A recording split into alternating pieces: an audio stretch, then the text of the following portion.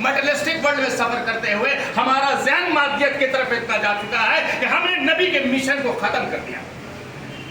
یہی حقیقت.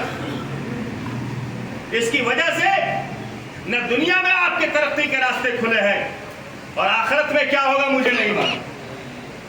اور اس کے لیے ذمہ دار تعلیم یافتہ حضرات ہیں, اس کے لیے ذمہ دار شرفا ہے, اس کے لیے ذمہ دار سیاستدان ہے, اس کے لیے ذمہ دار وہ سماجی کارکن ہے جو اپنے آپ کو سماج کا ہیرو سمجھتا ہے لیکن سماج کو دیتا نہیں ہے, سماج سے لیتا ہے, چھینتا ہے.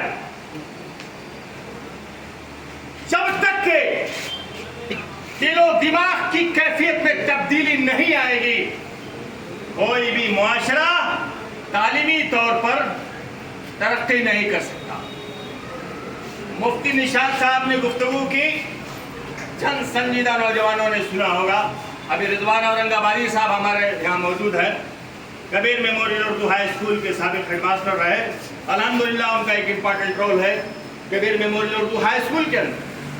لیکن سوال یہ پیدا ہوتا ہے کہ دنیا چاند سورج کا سفر کر رہی,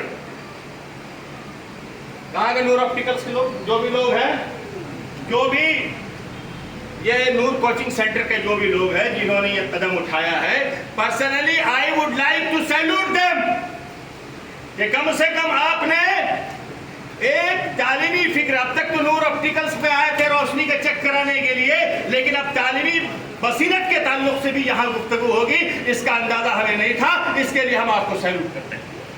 اور یہ بھی مزاج بن چکا ہے ملت کے اندر میں کہ جو اہل بصیرت ہے, جو اہل علم ہے, جس کے اندر بولنے کی صلاحیت ہے, جو قوم کو جگا سکتا ہے, جو سماج کو جگا سکتا ہے, جو ملک کو جگا سکتا ہے, ملک کو ترقی کے راستے پہ لا سکتا ہے, جو ہندو بھائیوں میں, مسلمان بھائیوں میں, سکھوں میں محبت کا پیغام لا سکتا ہے, اسے اسٹیج سے نیچے بٹھایا جاتا ہے. اور ویسے لوگ جو مداری ہوتے ہیں وہ سماج کو لیڈ کرنے کی کوشش کرتے ہیں, سماج ترقی کا راستہ طے نہیں کر سکتا.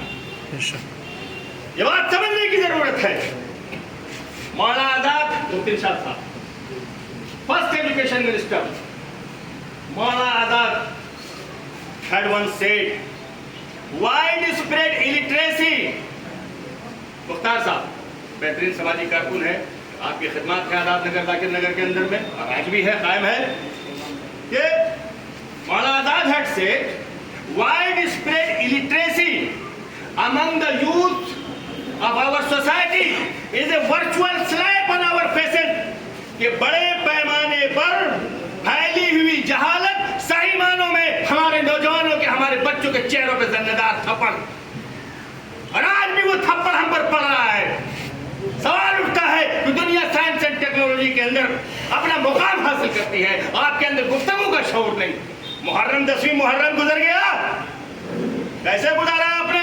کوئی باغ بن کے گھوم رہا ہے, کوئی ڈانس کر رہا ہے, کوئی تھرک رہا ہے.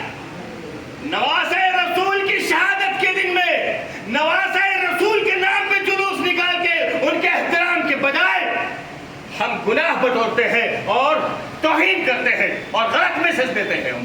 اس لیے کہ ہمارے پاس تعلیم نہیں ہے, تعلیم کی کمی ہے, اور شرفا سمجھتے ہیں کہ ہماری ذمہ داری نہیں ہے ان کو جا کے سمجھانے کی. آپ کی سب سے بڑی ذمہ داری ہوگی, اللہ کے آپ کیا سوال ہوگا آپ سے. آپ کو دل دیا تھا, آپ کو دماغ دیا تھا, آپ کو علم دیا تھا, آپ کو بصیرت دیا تھا, تو پھر آپ نے اپنے سماج کو سمجھایا کیسے نہیں؟ سماج کے اندر یہ چیزیں ہوئی کیسے؟ سماج کے اندر یتیم کا بچہ بلک بلک کے روتا کیسے ہے؟ غریب کا بچہ بلک بلک کے روتا کیسے ہے؟ یہ بتاؤ تم نے سماج کے یتیم کے بچوں کے لیے کیا کیا؟ یہ بتاؤ تم نے سماج کے غریبوں کے لیے کیا کیا؟ یہ بتاؤ کہ تم نے ان کے تعلیم میں آگے بڑھانے کے لیے کیا کیا؟ یہ بتاؤ کہ تم نے بہترین تعلیمی معاشرہ کھڑا کیا کہ نہیں؟ کیا جواب ہوگا اس کا؟ کیا جواب ہوگا؟ اگر یہ ہر نوجوان اس کیفیت کے ساتھ اٹھے گا بیٹھے گا تو یقیناً سماج کے اندر میں بڑی تبدیلی آئے. دوسری چیز, کسی نے کہا ہے if you work hard with dedication and determination it will never fail. کہ اگر آپ مصمم ارادے کے ساتھ, ڈٹرمنیشن کے ساتھ, ڈیڈیکیشن اس سے اپنے آپ کو وقف کر دیں, اس کے ساتھ اگر آپ کام کرتے ہیں تو یقیناً یہ ناکامیاب نہیں ہوگا. and one day you will get the fruit of your labor. ایک دن آپ اپنی محنت کا پھل پائیں گے.